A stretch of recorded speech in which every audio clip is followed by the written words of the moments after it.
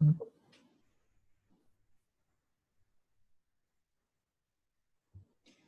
we're live. Hey, everybody out there in Facebook land. It is 5:30 on a Tuesday night, and you know what time that means. It's time for Sales Hustler Spotlight. And we are on episode 27 this week. Amazing. Just keeps trucking along. And actually, what's interesting about this, we have the next 14 weeks already booked. People are asking to be on this show. It's amazing how far it's come, and I'm so appreciative of everybody. But I also, before I want to get started tonight, I got a special guest, a good friend of mine. Before I get started, I want to thank QuickPage. I call it the best app in the business because not only are they very helpful for me on this show, but more importantly, they help salesmen all across this world sell more cars.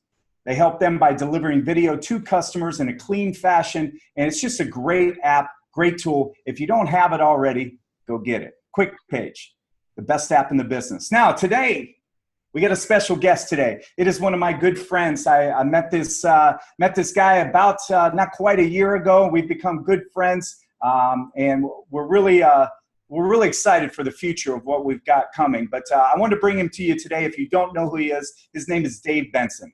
Dave Benson is a auto trainer out of Australia, living in Bali, maybe moving to Mexico, but also now working in America. All right, we started Sales Hustlers Group together, and I'm excited to bring you his journey, his life today. So everybody, I'm going to introduce here Dave Benson. Dave Benson, why don't you say hi to everybody? What's going on, everybody? So excited to be here for Spotlight. I said this on a video intro is finally, you invited me. Chad Morgan, thanks for the shout out. And no, I appreciate what you've been doing with this show, Sean, Sales Hustle Spotlight. I mean, episode 27 to have 26 other guests that are movers and shakers in the automotive industry. I just, and kudos to you and QuickPage and everything you've done over the course of the last 26 weeks. Amazing. Well, I'm excited to have you, Dave. I don't know if everybody knows this, but you are literally a really, really smart, intelligent man, great business person. We've sat around on these trips, long nights, talked about things, and it's amazing the intellect he has, and especially in car sales. So I'm excited to have you on tonight and, show you to the people that don't know you, but the people that do know you, or at least know a little bit about you, I want them to know your journey. Because when you get to know you, and it's funny when we sit down after these live events we have, and we just sit there and we just mastermind, we just start flowing. We'll have a couple cold beers, we'll start talking. It's amazing the knowledge you have on car sales, but not only that, but business and the understanding of how to market. And so I'm excited for tonight's show. You excited? Yeah, absolutely. I'm looking forward to being on the other side of the questions. I know. It's kind of different, but let's start off tonight by kind of getting to know you a little bit about your background, where you're from, a little bit about your childhood, Dave. Yeah, sure. So born and raised in Sydney, Australia, hence the accent, and grew up with an older brother and a younger sister at home with mum and dad in the middle class suburbs of Sydney. We grew up. My dad was worked for NCR Computers, a salesperson for NCR Computers, and sold them for 35 years, and worked very long shifts. And I just remember really idolizing my father in those early years. And every weekend when he was at home, I just wanted to be out in the garden, out in the yard with him, out in the back shed, fixing something or watching him fix something. And I think, deep down from a young age, even though I was a massive introvert, even though I was very quiet and shy as such, I think I knew I always wanted to be like my father and be in sales of some sort. So, it was, that was my growing up, Sydney middle class, and it was a good upbringing, that's for sure. Well, what's interesting about that is trying to be like your father or having interest of being like your father in sales, being an introvert. You told me a story once, and I hope you don't mind if I share, but I find it very, very interesting that a guy today who speaks in front of people, who has spoke in front of many auto associations and many groups along the years, goes into dealerships, helps transform their business and teaches and motivates and all the things that you do. What's interesting about it is in that grade school, in that junior high, whatever it was, you ran for school president. And it's funny, why don't you tell that a little bit about that story and how you've been able to transform a fear into maybe a strength? Yeah, so I was in the junior year of what we call primary school or elementary school. So it would have been maybe 10 or 11. And I remember there was an opportunity to become or go for the class president or the whole school president, being the senior year of the elementary. And there was only 2 boys that ran for it that year. And I'm like, well, the good news is I'm either going to be the president or the vice president because they've got 2 awards for both male and female. So I'm like, well, there's only 2 guys running for it. How bad could I go? And being an introvert, never speaking or doing any sort of debating or anything like that, I had to go and speak in front of the whole school, which was probably about 400 or 500 kids and maybe 100 teachers. And I remember, I don't actually remember being on the stage, but all I know, I remember walking off that stage and that feeling, that drop in my heart, like I had just bombed. I had just done a terrible, terrible job. And not that I got laughed off the stage, but I knew I wasn't going to win.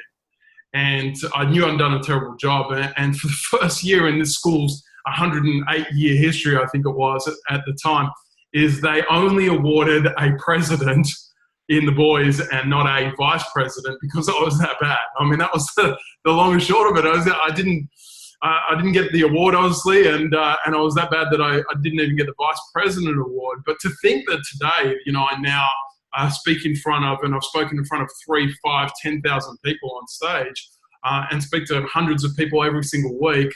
And this is what I do. This is what I love.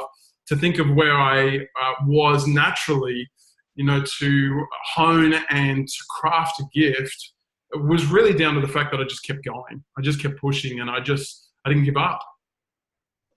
I find that interesting a little bit, and it kind of tells you about life a little bit, Dave, that you don't have to be born with a gift. You don't have to be born with this or that. It doesn't mean that it isn't there right now, that you can't cultivate it, you can't learn it, and you can't learn a talent or get better at a talent. So I appreciate that story. I think it's great. I think it's funny, though, that they've never not had a vice president. In the 1 year that you got on stage, they decided, no, we don't even want that guy as a vice president. I found that hilarious, right? No. All right. So, graduate high school, what do you do then, man? Yeah, so I graduated high school. We had a score out of 100 when I graduated. I was the first and only of my family to actually graduate high school, but I graduated with a 38 out of 100, which meant that I could become a car salesman or a garbologist by picking up the garbage bags off the side of the street. It didn't give me college or university credits or opportunities. And that was just because I wanted to be the life of the party. I sort of crossed that border of moving out of being an introvert and trying to be more extrovert, and as a result, I had to be the class clown, and so I didn't really know what I wanted to do. And my first job out of school was to become a graphic designer because my brother was a graphic designer. So I thought, I'll just get a job as a graphic designer. I sort of suppressed the whole sales thing, and I remember just taking that job, and I worked there for a tick over 12 months. And just being bored out of my brain. One of those jobs that you just watch the clock all day. And it probably helped me with some of the skills that I now do on internet marketing and stuff. But just being completely bored out of my brain. And yeah, that was my first job out of school. So you didn't stay there long, Dave. And yes, we've all had that job. I mean, I was washing cars. Do you think I was watching the clock? So I understand hating that. Where did you go after you did that? You only did that a year. Yeah, I only did it a year, and then I saw a job in the paper for a Holden sales trainee, so a trainee at a GM dealership in the heart of Sydney CBD. And I'm like, my dad was a salesperson. I've got a love for cars. There was a big Holden versus Ford rivalry back then in Australia. I was a Holden man, right? So I'm like, well, I've got to go for this job. And I remember going for the job, and I went to the job interview. And a gentleman by the name of Doug Askew was the fleet manager. And he says, I'm looking for a a trainee to nurture over 12 months. He says, most important question, do you drive a manual? Do you drive a stick? And at that stage, I'd never driven a stick in my life.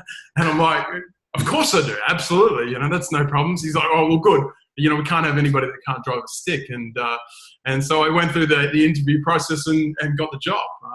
Needless to say, the second day on the job was quite interesting. So I know you've held a lot of different positions in the car sales industry. You've been salesmen, you've been managers, you've been all kinds of different things. Why don't you walk us through your tenure and how long you were there, and kind of a little bit about each job and what you liked the best about them? Yeah, sure. So I started as a fleet trainee, and I remember being in the fleet office, or we were in the sort of the commercial sales office, and literally just processing orders and delivering cars. And I got the opportunity to really, for the first 12 months, see every part of the business and spend a lot of time down in the pre-delivery and, the car washing section and the service section as well, up into new cars, into pre-owned. I think it was a really good grounding. I think a lot of people that are coming into the industry, they're basically shown, well, this is the phone, there's the golf buggy, there's the yard, go and sell some cars. But I had 12 months before I actually sold a car, which was a really, really good thing. And then after 12 months, I decided that I'd heard that retail new car sales was the place to make money. And so I decided to literally just volunteer my time on the weekends to sort of do both jobs. And I remember working 45 days straight in order to sort of prove myself that I wanted to, get into new car sales and that I could be valuable there. But I wasn't a born salesperson, Sean. Like a lot of people, you might hear a story that they sold 40 cars in their first month. That definitely wasn't my journey. I was still an introvert. I was the person that judged customers when they first walked in. And if I didn't like the look of them, I thought they might be in the too hard basket, I'd literally run into the bathrooms and go and hide. So another salesperson had to take it. So to think that, from there, I worked through that. And the thing that was the game changer for me was having a mentor. Literally just, one guy that took me under his wing and worked through some of those struggles. And he was a trainer that the dealership had sort of appointed. And I would ring this guy up at least once a week and have coffee with him once a month on my own time. And I'd pay for, to have a meal with him. And it really set me up for the journey in my career. So from there, what I did was I decided that the car game was good, but I was going down the wrong path personally. And so I went to Bible college, as you do. You go from the car industry to the Bible college. I think we all need saving of some sort. So you ended up wanting to be a pastor at some time. But let me take you real quick back to the sales. What did you like about it right away? Obviously, you're still scared. You're still an introvert, but it kept you there. Was it the mentor that kept you there, or was it just you didn't know what else to do? I think I was always a competitive person. I was a big sports player growing up. And I think the whole sales competitive nature, me wanting to be the best. And in the first 12 months, I have to say, this is back in 2001, I earned more than $100,000. Now, as a 20-year-old, when you're earning six figures selling cars, you don't know what to do with this money, but this is great, right? So I'd gone from maybe $25,000 or $30,000 as the graphic designer to over $100,000. So I think that, and I wasn't good. I wasn't a good salesperson. So I think that that competitive nature and also the ability to earn the money definitely gave. Why did you leave it and go decide to go to Bible college? Yeah, it was a big time in my life, and a girl that I'd been seeing told me one night that in 2002 that she was pregnant and she was going to have a baby, and this wasn't the girl that I loved, and it turned my world upside down because I was from a middle of the road conservative Christian family that even talking about this would have rocked the boat, and I remember finding out that I was going to have a son at the age of 21 just changed my world, and I realized that I had to make some different decisions. Didn't mean that I couldn't go back into the automotive industry, which obviously I did. But I just needed to get my life right. And it was a life-changing experience. I spent 2 years at Bible College at Hillsong College here in Sydney. And I met my beautiful wife, Melly, here, and we have 3 wonderful children now. And I have a nearly 15-year-old son, Tim, from that story, which is just amazing, who lives here in Sydney as well. So, I think all things... What did meeting Millie at that time? Because I know Millie's background as well, and you got your family who probably feels one way. You meet this great girl at Bible college, and you have to tell this girl, the first thing you have to tell her after getting to know her is, hey, I'm about to have a kid, okay, with a woman that I probably am not even with anymore. So what did she feel about that? How did you feel exposing that to her? Yeah, it was a thing that when I made the decision to go to Bible college, I thought there's no way that I'm going to find a girl that's going to be interested in a bloke that's got a kid, a 6-month-old baby at the time, and I just remember Melly being so understanding and so accepting, and which was really foreign to me, and when we got married, Melly walked down the aisle to both Tim and I, which was just an amazing thing for us as a family. We were always a family of 3 from the start. And that's one of the amazing things that I love about my wife, is she accepted me and didn't judge me. I was broke. I had absolutely no money. And I had a child, so I wasn't exactly the oil painting that I am today, of course.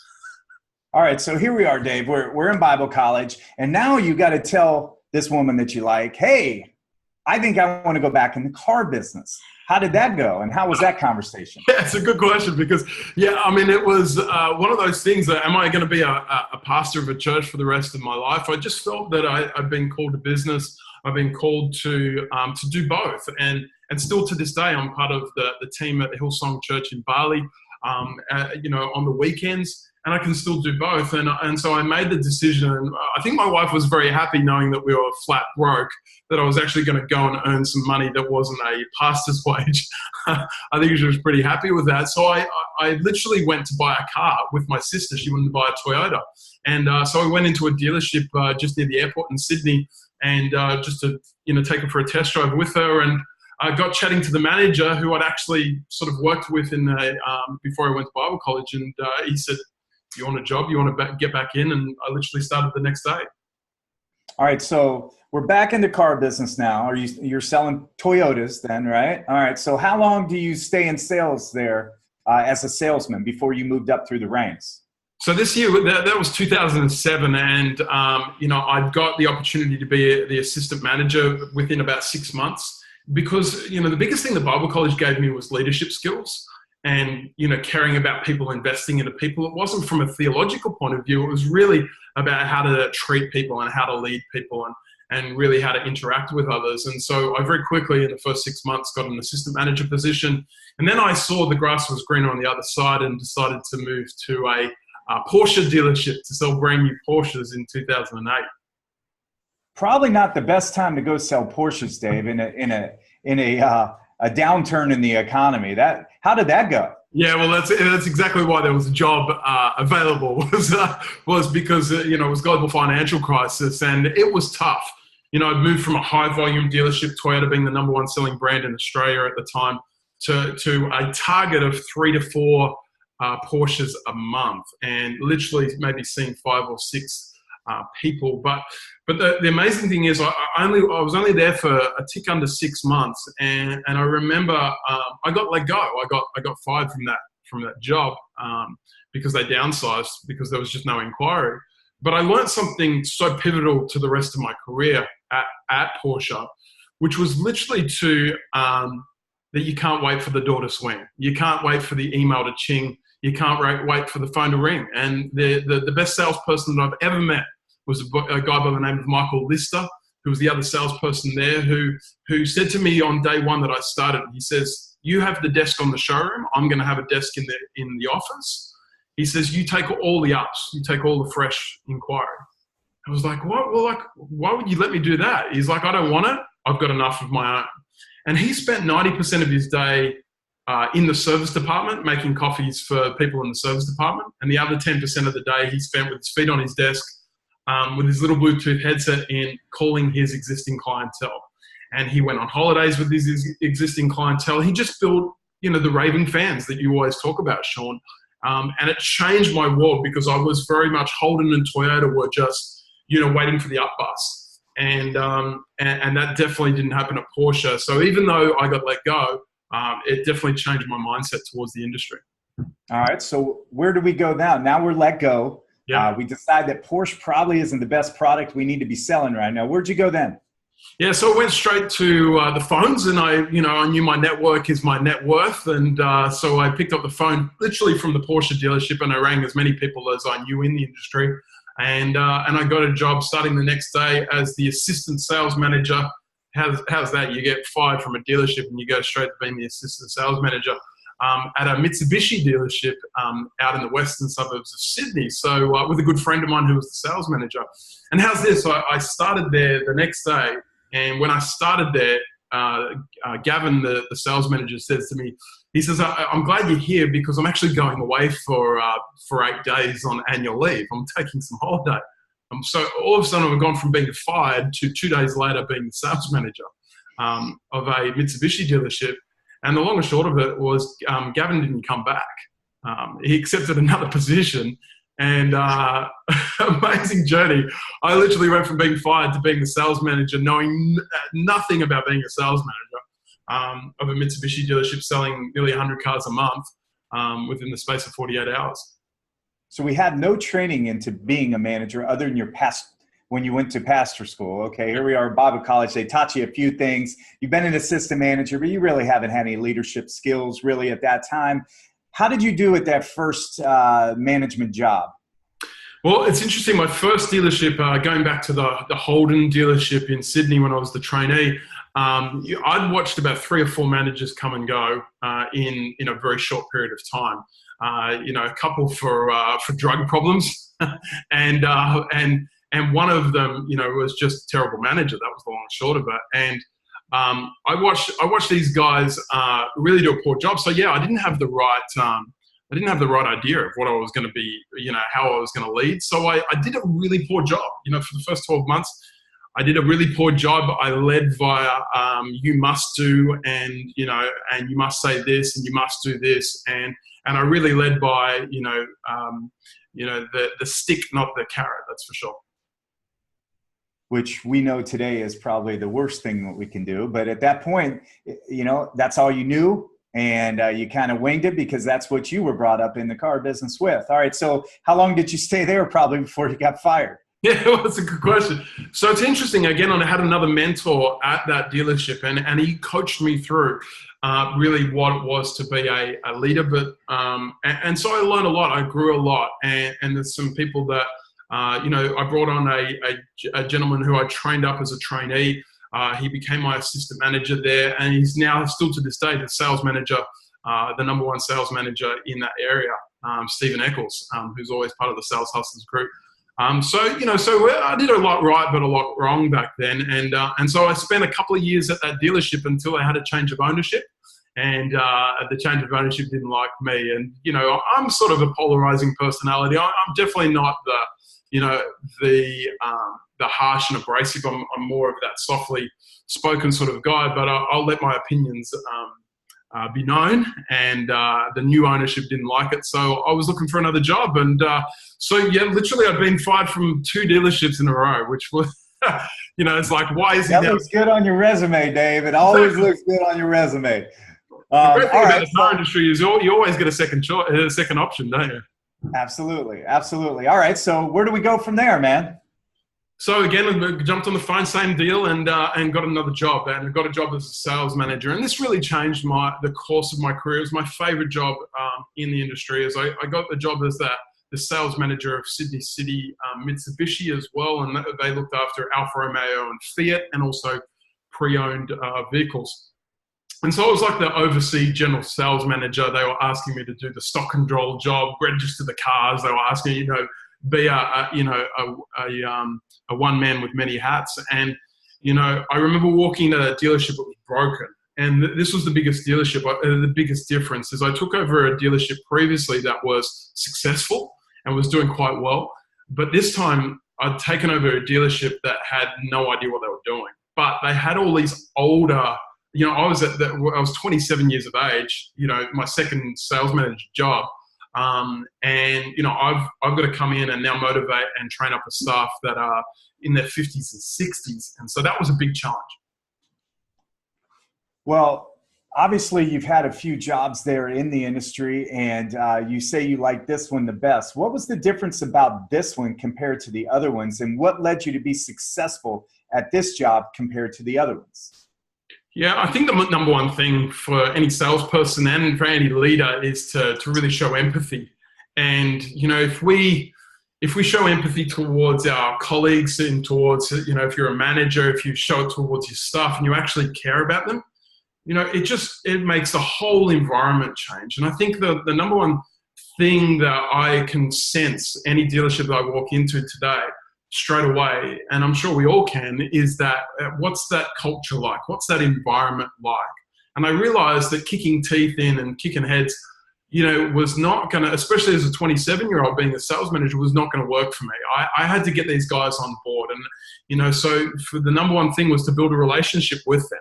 A couple of them didn't end up being the right people, but I brought in people that we focused on relationship, we focused on culture, and we had a no dickheads policy, and that really, really worked when you're trying to do training, you're trying to teach on word tracks, you're trying to have one sales process. It was just so important that we built that, and we took that from a 25 car a month dealership to over 100 cars a month.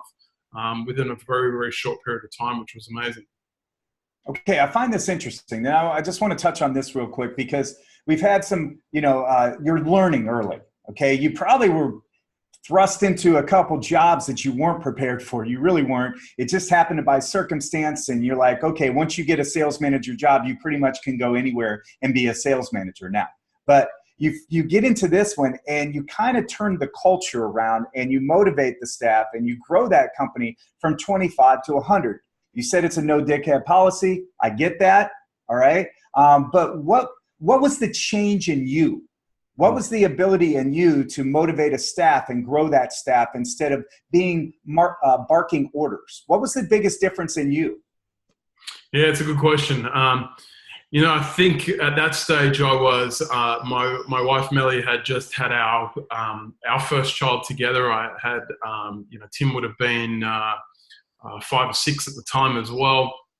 And I think, I think I grew up, and I say this to any young sales manager that comes in. Firstly, there's a good chance that you probably got the role because the previous one didn't work out, and the only example that you've had is a bad one.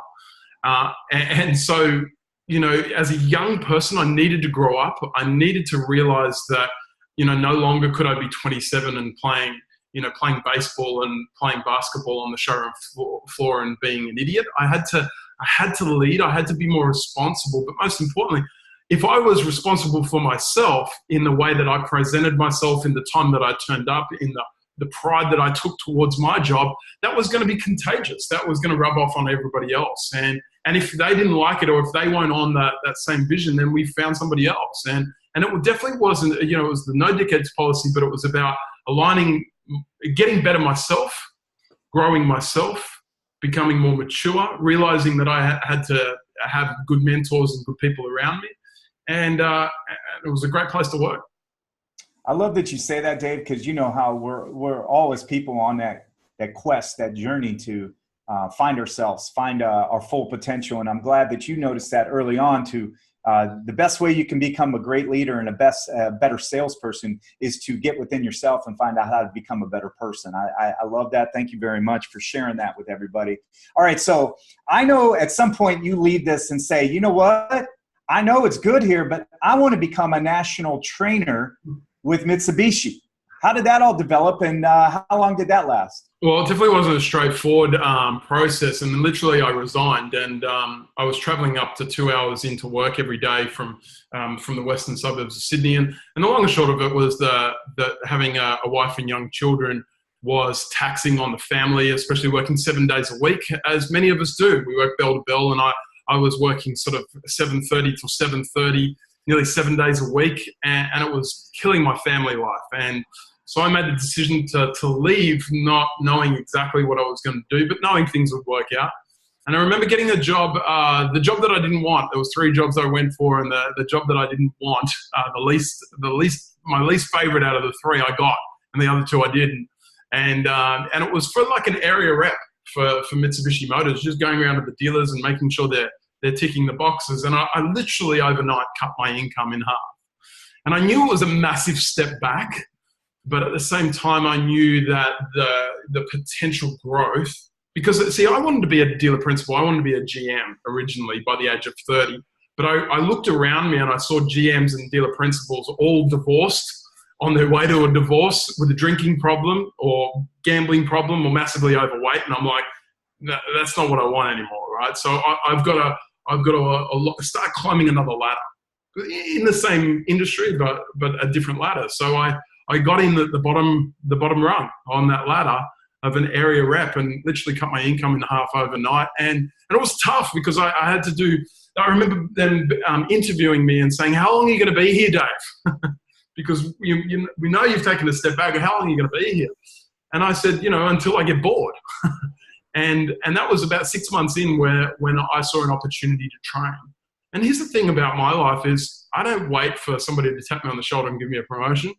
I'm always looking for the next opportunity, and that's always been the case. And so I went to my boss and I said, hey, I think there's a big opportunity. None of these Mitsubishi dealerships, 200 across Australia, none of them are being trained, and they've got terrible sales processes. Can I just go and train them? And he says, yeah, well, if you want to go and train them, just go and train them, just as part of your job. And so I started doing that, and then I'm like, well, hang on a sec, there's a bigger need. And so I went to them and said, I think, we need a national sales trainer role. And I remember my boss saying to me, he says, Dave, if you want something in this business, you got to work hard for 10 years, and then one day you'll get a promotion. Don't be flying around silly ideas. He says, the whole executive team's just got fired. He says, don't be coming up with these ideas of how we can spend more money. It's not going to happen. And I said, he wouldn't have done good in Sales Hustlers, buddy. Oh, my goodness. I said, with all due respect, I said, can I go above your head? I said, can I go to the CEO? And this is a Japanese CEO of Mitsubishi Motors at the time. He's like, all power to you. He says, but if you get fired, he says, don't blame me. And I remember walking up to the CEO and being tenacious at a launch event for a new product. And I said, I've got this great idea. I want to pitch it to you. Have you got 60 seconds? And I said, across the dealerships, the biggest need that there is sales process. So you've got great product, but no processes. So your targets are fantasy without a good sales process, and I can help. And he's like, I want to know more. And the long and short of it is I worked directly for the CEO of Mitsubishi Motors for the next 2 years as sort of his right-hand man, training the dealerships around Australia. That's amazing in a couple aspects here, Dave. First of all, this is the guy that couldn't even stand in front of the class and become vice president or president because of your introvert and scared of crowds and scared of talking in front of people. You were able to build the confidence over the years to actually walk in, the owner of a large company or whoever your boss was, and demand basically your job, create a job that wasn't even existing at the time. I find that interesting. Secondly, I like the fact that you didn't wait. You didn't wait for somebody to tap you. You created. And we talk about that all the time about don't wait, create, and I find that interesting that both those points were touched on there. And so, I mean, how did you overcome that fear within yourself to have all the people around you telling you, no, Dave, don't do that. Don't do that, Dave. That's not what you should do. How did you overcome that and get past it and go do it anyways? I think when you buy into your own vision, when you buy into and you have that self-belief about, in essence, something bigger and potential that's inside of you. And it was probably at this stage that for the first time in my life, I realized this wasn't about the Dave Benson show. This was about 200 dealerships that probably had 5, 10, 20 salespeople in each of their dealerships that were crying out for more help, that literally needed more help. They needed to pay their bills individually, and they needed help in the process to help them out with that. And I'm like, well, I don't care what is going to happen. I don't care what people are going to say. I'm going hard after this goal. And I think when you get a strong why, but you realize that life's actually not about you, I think it's just so powerful. It gives you that tenacity to go hard after something that would normally stretch you. And normally, I love working outside of my comfort zone because it's that exhilaration. It's like the chase of a sale. You go, I don't know what's going to happen here, but gee, this is exciting, right? Rather than just playing in a team that you know is going to lose, or you playing a team that's going to win. That chase is so exciting. So yeah. But what's interesting about that is, Dave, you take another step. You say, okay, I'm going to leave Mitsubishi. I'm not going to do this anymore. I'm going to create another. I can see myself doing this throughout the country under my own brand, under my own name, okay, and helping dealerships. How did you get to that level, and how did you overcome that next bit of fear? Was there fear? Yeah, well, again, the boldness that came across me, and it really never left me since. And it is to say, well, if I'm going to push it, I might as well push it all the way. And I think, sometimes it's just about asking the question. And so I remember saying to the CEO, I said, well, if you like this idea, I want to do it as a contractor. And he said to me in his very broken English, Japanese accent, he said, Benson, what are you talking about? He says, I just give you a promotion, massive promotion, and now you want more. I said, well, if you don't ask, you don't get. And he says, I'll tell you what I'll do. You work for me for a period of time, and if it works and we get all the testimonials from it, I'll give you a 2-year training contract that you can go out on your own. And again, I'm like, why wouldn't I ask? Like, here's an opportunity for me to work from home, spend a bit more time with my family. And I've always wanted to own my own business. I've dabbled in it and bought into other businesses in the past, but I've always dabbled in it. But this was my opportunity. And I remember it being so all in. I was literally pushing all my cards in because I went, if I don't get this training contract, if I don't get this yes, I could be an employee for the rest of my life. But this is my window. This is my opportunity. So I'm like, I got to go. And so, yeah, I don't think I had a lot of fear. I think I had a lot of fear of the unknown. What if I didn't get it? But it didn't stop me from pushing forward. All right. So this is where I get into some good stuff here. I want to kind of pick your brain a little bit. You're inside dealerships all the time. You have been for years now. Okay. You're coaching them, you're teaching them, you're fixing their broken practices. What is the thing that frustrates you the most that you walk in dealerships and see all the time? Myself. And that is sales trainers who think they know better. It really is my number one frustration. I hate the stigma. If there's a stigma about car salespeople, there's probably a bigger stigma in the automotive industry about sales trainers. And I don't call myself a sales trainer at all these days. I call myself a sales coach. I call myself a mentor. And I literally just help facilitate people's own abilities, desires, dreams that they have for their own business. And sometimes it's just their negative thinking or some strategy that they need to unlock. But I used to, at the start, I'd see myself and other trainers go in and say, this is the way you got to do it. This is the only way to sell cars. This is the process that works. And it's just rubbish. And so I see a lot of bad things about dealerships, but I see a lot of great things about dealerships. And the problem is when myself or anybody else, vendors, vendors are one of my biggest frustrations because they walk in saying, you need this, your dealership's broken without it. And it's like, well, hang on a sec. I'm running a multi-million-dollar business that I keep getting plaques on the wall and awarded for Dealer of the Year every year. There's no problems here. And so the industry is filled with egos. And it's easy to have an ego, whether you're the GM, a salesperson, or a vendor sales trainer. But I think when we leave our egos at the door from all aspects, the opportunities that are out there are massive. And we talk about that in the sales hustles all the time. It's just so much opportunity. All right. So what was the moment in your career, Dave? We're going to fast forward just a little bit. You've been doing this for a while. You're going in and out of dealerships. You're helping them. You're growing. You're learning as well. You're growing yourself. You're growing your business. You probably you're rising. You're feeling good probably about your company. What was the moment in your career that changed your direction and gave you a clear focus on where you wanted to go. Because, I find this a lot of times in life, we get that to that point where we're really happy and comfortable. And then that comfortability sets in, and then we're like, oh my God, I'm comfortable.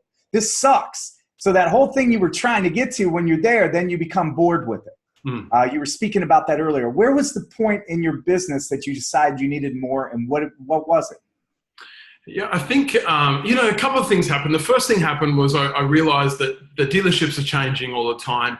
The way that the industry is evolving, it's going more towards online sales, online advertising.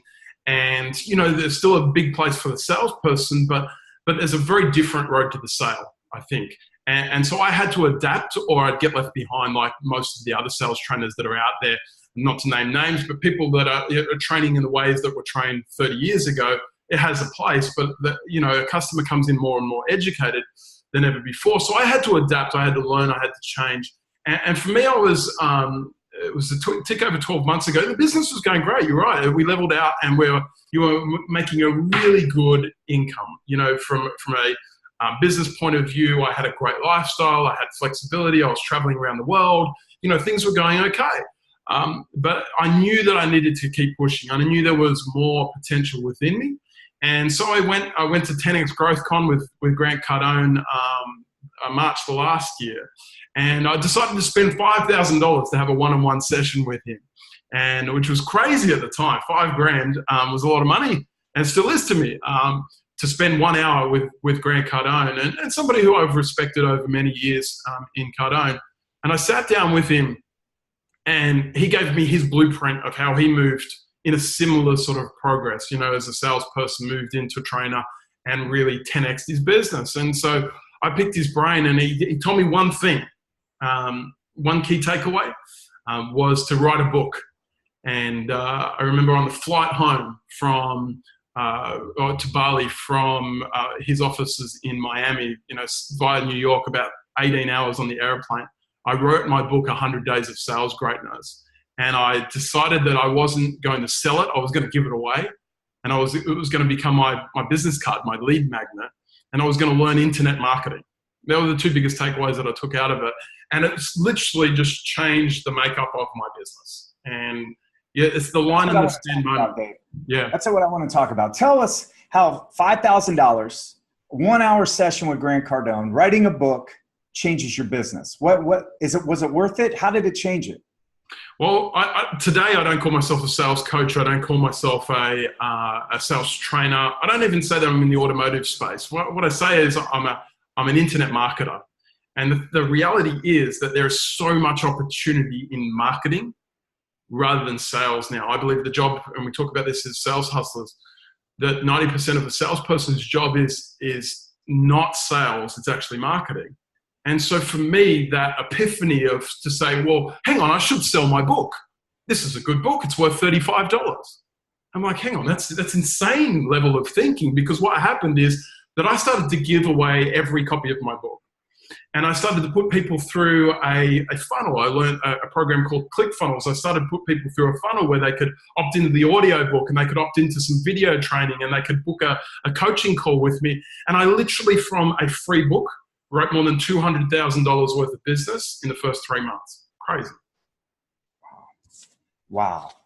That's pretty amazing. So by becoming more of an internet marketer than a sales coach, you then learn some other ways to generate business, by writing a book, using it as a lead magnet, handing it out like a business card, okay, which then in general got you more business. Absolutely. And I don't even know where people got the book from, but I was literally getting phone calls, and still do, getting phone calls saying, hey, I've got your book. Can you come and train my team? Because if you just read the book to my team, that'd be awesome. And I'm like, yeah, absolutely. Why don't I do a free session? And everybody's like, what? Free session?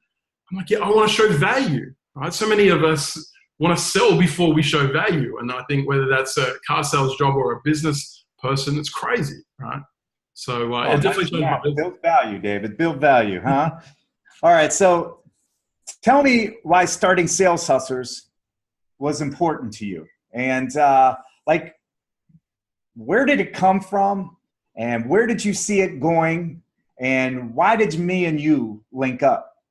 Yeah, it's a great story. So when I started, I realized not only did I have to brand myself, but other salespeople in the automotive industry had to brand themselves. And so I started to do all this research, and I looked into people that potentially were doing it. And I realized that basically no one was branding themselves. You know, there was a few people that were giving an average job at it, or doing an average job at it. And I stumbled across one of your videos, Sean, and I'm like, wow, this guy's getting some engagement. It was before you were even going live, I think. You know, it was a pre-recorded one. But I'm like, gee, you're getting some engagement. You've got some comments. You've got some confidence, and you're focused on just helping other sales people. And I'm like, I love it. I'm like, so I've got to have you on my podcast. So I had Sean, you on my podcast, and then from there, I'm like, okay, how can we have a place where I loved connecting with you, Sean, because you weren't coming across as the expert. And I love the fact that no longer did I want to be the sales trainer expert, you know, the guy that comes in and tells you how to do it. All I wanted to do was help people put their minds together in a mastermind sort of environment, get ideas together in a safe environment, and people could grow because they're using their own ideas. And I'm like, how can I do that? So I researched, and I saw Facebook groups was the best way to do it. I literally, you know, gave you a call and said, hey, do you want to do a Facebook group together? Well, let's call it the Sales Hustlers. We'll see what happens. The rest is history. How it happened, too. It's so funny. I remember receiving that text, and I was like, you know, and I got back to you on the Monday, and next thing you know, we had 100 people in our group. Woo! We were going crazy, right? We were so excited. All right, so where did you see that group going? Where did you see it, like, building? And where do you know, I mean, I'm sure you didn't at that moment think we would build it to where it is today and where it's going to go, but where did you see it actually going? Yeah, it's a great question because, you know, I'm the sort of guy that jumps off the cliff and works the action plan out on the way down. You know, and I think you've got to be like that as an entrepreneur. I think you've got to be like that as a salesperson, is to say, I don't know all the answers. I haven't got this stuff worked out, but you know what? I'm probably one step ahead everybody else of working it out. And so let's just give it a go and let's work it out together. So I was like, I don't know if this is going to stay at 100 people, 200 people, but I did notice that there were some other groups on Facebook that weren't specifically for the car industry. They were like all salespeople, and they had like 60,000 members. I'm like, wow, if they can do it, why the heck can't we? You know, we're going to provide good content. We can grow this thing. I'm like, I don't know how to monetize it. I don't, you know, like I said to Sean, I'm like, I don't know what we're going to do. You know, if this is ever going to be a business out of this. I said, but let's just help people. And I think it comes back to like when you come into a business with the right motives and stop trying to sell product and you start trying to serve people and you say, here's a need, let me just fill the gap, right? It is everything changes. And people don't feel, like my dad told me in 2001 when I started selling cars, he said to me, there's a book called Psycho-Cybernetics. He said, Dave, go and read it. And so I read this book, Psycho-Cybernetics. And the one phrase that I got out of it was that customers can see the dollar signs in our eyes. So as salespeople, when you're dealing with a customer, they can see the dollar signs when you're money hungry. And I'm like, let's build something as sales hustlers that isn't focused on money at all. Let's just help people. And if that opens up into more opportunities, well, then so be it. And, you know, it's been amazing. 6,500 members in, you know, a tick over 6 months. It's been a blessing. And the interesting thing about that is it's car niche. Like we could have 60,000 members, but we kept it only for sales professionals in the car business because that's what we do. That's what we know. You know, we could have padded our stats with a bunch of people in there, but we didn't want to do that. We wanted to give daily help, daily inspiration, daily motivation, and real live help and coaching to the people that we deal with on a regular basis. I call it I'm a lunch pail guy, just like you, man. I'm just little middle class. I bring my lunch pail, so does Dave, and we go to work during the day. So what has been the most gratifying thing about the group that you built called Sales Hustlers? And I want to know the biggest challenge as well. Yeah, so the biggest thing is testimonials coming out of it. And the stories that, you know, I remember running our first Sales Hustlers Live event in Orlando, and I literally broke down, right? Even, you know, I get emotional thinking about it because after the event, I pulled you aside, Sean, and I said, man, that was the best day of my career. You know, I've spoken at conventions and big stages and stuff like that, but we had 15 people in a room who paid their own way to be at this event, And you could see it was changing not just their career, but it was changing their life. And I'm like, man alive, how can we help more people? I just want to do this all the time. So it was that breakthrough. And I think one of the first people I met was Don Box. And to see Don Box's story today and how many people he's helped in the Sales Hustlers group with Marketplace Magic and helping them sell cars on Facebook Marketplace. And all that just came out of one meeting where you and I decided to get together and run an event in Orlando. That's been the biggest blessing. And we've got so many stories. Like there's literally, in the inner circle, we've got 124 members. And I always want to make sure that's exact, that I remember that number too, Sean, because it's 124 people that we care about, that we invest into. It's not like, it's some number. It's 124 people that we're believing for their best and to invest into them. And just seeing the testimonies, we've got literally tens of testimonies that have come out of that already, hearing that their life has changed, their marriage has changed, their financial security has changed, is just the biggest blessing. So that's the biggest positive out of the group. The biggest challenge is literally not knowing what I was going to do, like keeping up with the demand. Like, okay, so how do we do it? Like we've had to close the inner circle right now because we want to make sure that we deliver, and we want to make sure that it's ticking the box. So I just appreciate the fact that there's so many people out there that want a logo, that want a website that's designed and all that sort of stuff. And I'm like, I want to help you all, but I want to help people in the right way and make sure that I am actually helping, not just running another training company. Right? I'm spending 100% of my time now, basically, on Sales Hustlers. And it's costing me money right now, but I just go, if I help people, it'll come back to me. Amen. I remember us having those conversations, Dave, about just giving value. Just don't worry about everything else. Give value, and it'll all, people will want more of us. You know what I mean? And I'll never forget that moment after that Orlando event where we stood out there. We walked out there, and everybody's still in there, right? And me and you walked out by ourselves, and we stood there by the railing as we look over the whole airport, Orlando airport. And I'll never forget, man, you had a tear in your eye. Both your eyes were swelled up with water. And I had man tears of my own, right? And you looked at me and you said, that was the best day of my career. And all we had was 14 people in that room. It wasn't like you spoke in front of hundreds and thousands of people. There was 14 people, but you knew at that moment that was something that was going to change people's lives, that we were going to be able to change this 14 people in there and then grow it from there. And I'll never forget that moment the rest of my life. I came home from that trip and I looked at my wife and I was like, I really believe that we can make a difference. And that was a cool moment. I'll never forget that, buddy. It was really cool, wasn't it? And look, I'm wearing the wristband now for Sales Hustlers, and I'm sure you are as well, but I'm also wearing the wristband for ORU Rescue. And just in this last week, the Sales Hustlers Inner Circle members have made a decision. We made a decision as running the group to give back. And so for every membership that we were going to contribute to this fund called Operation Underground Railroad, which basically helps stop the child trafficking problem, the sex trafficking of children across the world, and we've been able to raise just on $7,000 already as Sales Hustlers from that. And we haven't even gone out to the bigger group. We've just done it in the inner circle. I'm like, that's the cool part. Like when we don't focus on making money and having a plane and having a place overlooking the Caribbean Sea. We don't focus on that.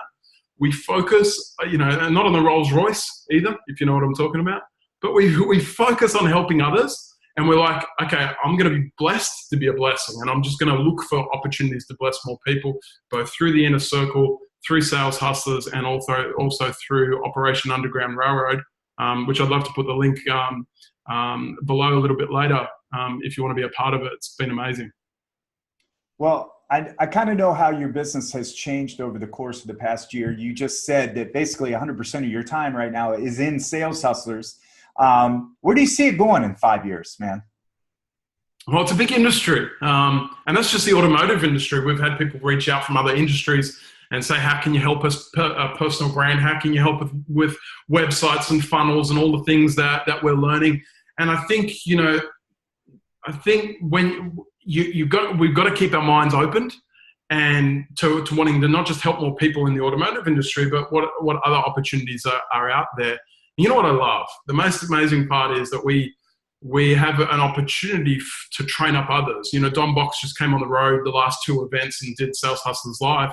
And I'm sure next time we do other live events and webinars, we'll have other guys that we're literally taking on the journey. And I can see this not being the Sean Hayes and Dave Benson show. What this is about, this is Sales Hustlers join the movement, right? So I want you to be part of the movement that encourages and changes the industry and the world out there to reach for their fullest potential, because Sean and I can't do it ourselves. So how big could this get? How influential could it be? I don't know. I have big goals, but at the same time, I just care about the individuals on the journey. And so there's some great times ahead. It really is. And it's, I like the most out of all of it. Yes, it is awesome to see, to people show up and, you can teach and you can grow. But the thing I like the best is when I see somebody that's selling 6 cars a month, okay, struggling, broke, got their car repoed, can barely afford to live, okay, is now selling 20 to 25 cars a month. All they did was change their mindset, change their goals, put 100% go all in, and then take the principles that we're giving them about social media and applying them. It's amazing. And I love that because, you can change someone's life. Now, Dave, you're flying all over the country, man. You live in houses everywhere. All right. You live in Bali. You work in the US. You work in Australia. Okay. I know I've had you away from home at least 8 events in the past few months. Yep. All right. How do you do it? How do you keep that balance in your family and your life, man? I know you got kids at home. You got a wife. How is that possible for you to do? Well, I'm going to say the first thing is there has to be a reward. And I'm not just talking about a financial reward, but a gratifying reward that you're going after something that is helping the community. It's bigger than yourself, but there has to be financial reward for it as well. And so, I have done a lot of travel. I'm currently in Sydney, or just up from Sydney on the Central Coast, at my in-laws' place, spending a couple of days with the family.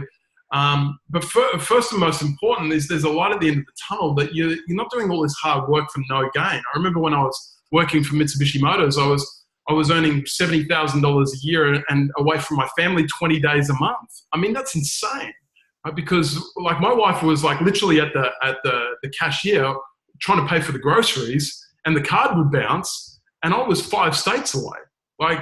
Just absolutely insane. So we've learned to make sure that we're smart with our money, that we invest our money wisely, and that we have multiple hustles. We have multiple side hustles and things that, can make sure that we're okay financially.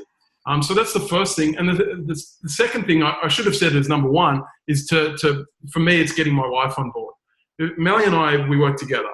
We don't make decisions individually on, travel.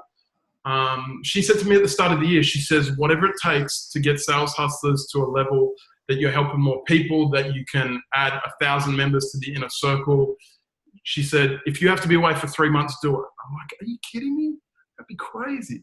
But she released me. And I think, there's obviously a level of trust involved in that, which is so important. But I do try to take my family on the journey, So I'm in Australia, like I said. We were just in the United States, Sean and I, with Daytona Beach and Columbus events.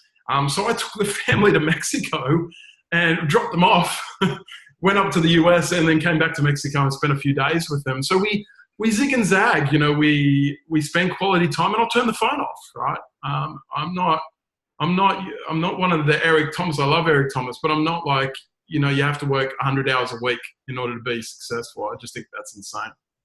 Well, everybody has their own way of working, and when I'm spending time with you and Melly, I always notice the level of love you guys have for each other. So I think it has to have that foundation, that start of respect, love, and honor amongst you, and then you can build from there. I think it's very important that she's on the same page. I feel like that's very important, that she's invested in what you're trying to do. And she sees the passion in you and how important it is to you. So I think all those combined, it's still hard for you probably to be away from your family as much as you are, especially with the young children you have. So much respect to Millie, your family, and you. Now, I've got to get to the most famous question that I asked, Dave. And I know everybody's been hanging on the edge of their seats for this, right? Your 3 favorite albums, Dave, that you've ever had that you listen to, and people might not know this about how tall you are. Dave, how tall are you? Yeah, I'm 6'5". Yep. Okay, so you're 6'5", and I'm sure you do a lot of dancing, right? Because all the music you listen to is very hip-hop-ish, which is very interesting to me.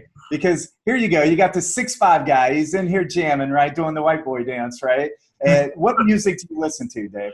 All right, so if I had to take just 3 albums with me, I'd probably start with Macklemore, which is pretty out there. I need something to get my energy up, right? Especially if I have to listen to that same thing every morning. I got to get up and get energized. I find it is amazing what music does to you. So high energy, Macklemore and Calvin Harris would be my top 2. Those 2, and then for a little bit of chill out, a little bit of wife time, a little bit more romantic at dinner. I don't think Macklemore's going to work at dinner, so I'll put on some Keith Urban. We've seen him a number of times in concert, so Keith Urban's going to work nicely. Well, I'm a big fan of Keith Urban, so I like that. Macklemore, I don't know. I don't really know, man. But whatever, man. Yeah, the white Macklemore all the way over there, not Bali. Yeah, well, that's right. The white guy from Australia who lives in Bali listened to Macklemore. Who would have guessed? That's interesting. Well, man, I want to thank you tonight for coming on here, man. I want to thank you for sharing your stories, sharing your journey. I thank you for reaching out to me and becoming a friend. You've become really important in my life. You're a mentor to me as well. We both share ideas. I really like the fact that I can give you something and you give me something. I really believe there has to be a yin and a yang to a relationship. And I feel like we both complement each other very, very nicely. Now, tell everybody that doesn't know you how to get a hold of you and why they need to be in Sales Hustlers. Yeah, well, it's the only place to get hold of Sean and I is the Sales Hustlers. I've got my own website and stuff like that, but you need to go to thesaleshustlers.com. Our website's pretty cool as well, so you can get some free stuff. You can actually get my audio book. So I've sold out copies of 100 Days of Sales Greatness, but you can get my audio book for free, which is really cool. So you've just got to go to thesaleshustlers.com, and you'll see it right there at the top to get a copy of my audio book. It's the top 100 phrases that I personally used over the course of the last 17 years in the car industry to climb the ranks. And I think that'll help you too. Well, thank you, Dave. I want to thank QuickPage before we get off here. I want to thank them for providing me all the help you do for these great shows, but also more importantly, providing all the salesmen across the country the ability to deliver video to our customers. Video is here, guys. Video is how we're going to contact our customers, get them into our places of business to be able to sell more cars, right? The only way we can do that is have a vehicle to deliver the video to the customer, and that's where I use QuickPage. I endorse it. I love it. I use it. Thank you, Chad Morgan and QuickPage. Guys, I want to thank everybody for coming in here today. I do appreciate you. Sales Hustler Spotlight would be nothing without the people that watch it every week. I do appreciate it. Thank you, and I'll see you next week. Talk to you later.